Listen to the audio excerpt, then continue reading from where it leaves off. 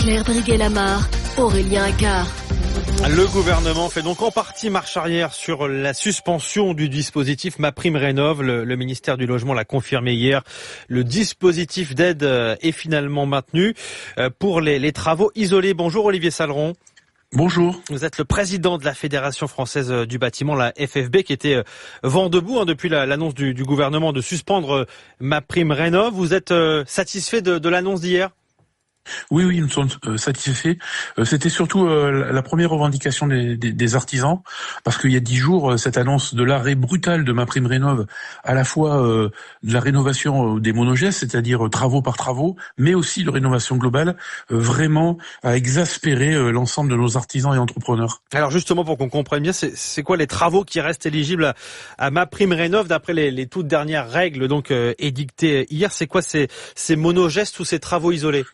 C'est simple, c'est quand on commence une rénovation, on commence une année par les fenêtres, par exemple, et puis peut-être plus tard, on commence par isoler ses murs ou ses plafonds, et puis des années suivantes, on change sa chaudière par une pompe à chaleur, par exemple. Voilà, c'est un cumul de travaux les uns après les autres, et non pas les faire tout en même temps. Ce qui s'est passé aujourd'hui sur cette rénovation globale, puisque ce qu'on appelle les monogestes fonctionne plutôt bien depuis quelques années. En revanche, la rénovation globale, elle, on a décelé, l'État a décelé aussi des fraudes depuis plusieurs mois, et c'est pour ça que ça a mis évidemment le feu un petit peu à ce système. Ouais, des dossiers qui coûtent plus cher et qui attirent visiblement plus de fraudeurs. Vous menacez de mettre dans la rue vos camionnettes, engins de chantier, camions et grues qui sont, précisiez-vous alors, plus gros que les tracteurs des agriculteurs. C'était la seule façon de négocier avec le gouvernement, de faire pression comme ça?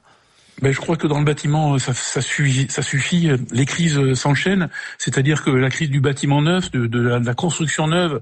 Ensuite, on a eu plusieurs choses comme sur les déchets, sur des choses comme ça, et puis aussi sur le statut des micro-entrepreneurs qui finalement le seuil n'a pas été abaissé au niveau de la TVA. Là, je crois que c'est la goutte d'eau qui a fait déborder le vase. C'est vrai que le bâtiment est en crise à cause de ce logement neuf. Donc là, il fallait réagir. Voilà, les artisans et les entreprises ont réagi la semaine dernière lors de notre congrès de Blois. Il fallait le dire, oui, il y a eu des cartons rouges qui ont été donnés. Moi, personnellement, je me suis exprimé et j'ai vu l'ensemble des ministres. Eh bien, oui, c'est une grande victoire pour la FFV et surtout pour les clients, pour nos clients, qui vont pouvoir voir de la visibilité pour rénover leur logement. Bien sûr, pour les centaines de milliers d'artisans qui sont dans ce créneau-là, certains, c'est 30 à 40% de leur chiffre d'affaires. Et puis aussi, c'est pour atteindre les objectifs de la rénovation énergétique, parce que là, on pouvait dire que avec ce coup contre MaPrimeRénov', c'était aussi l'arrêt de tous ces objectifs de la décarbonation de la France. Et ça, c'était vraiment scandaleux par rapport aux campagnes écologiques que l'on connaît depuis quelques années. C'était vraiment un stop à tout ça. Je crois que il a fallu expliquer, il a fallu négocier. Depuis 10 jours, il a fallu, vous l'avez dit, se mobiliser très fortement au niveau national et local.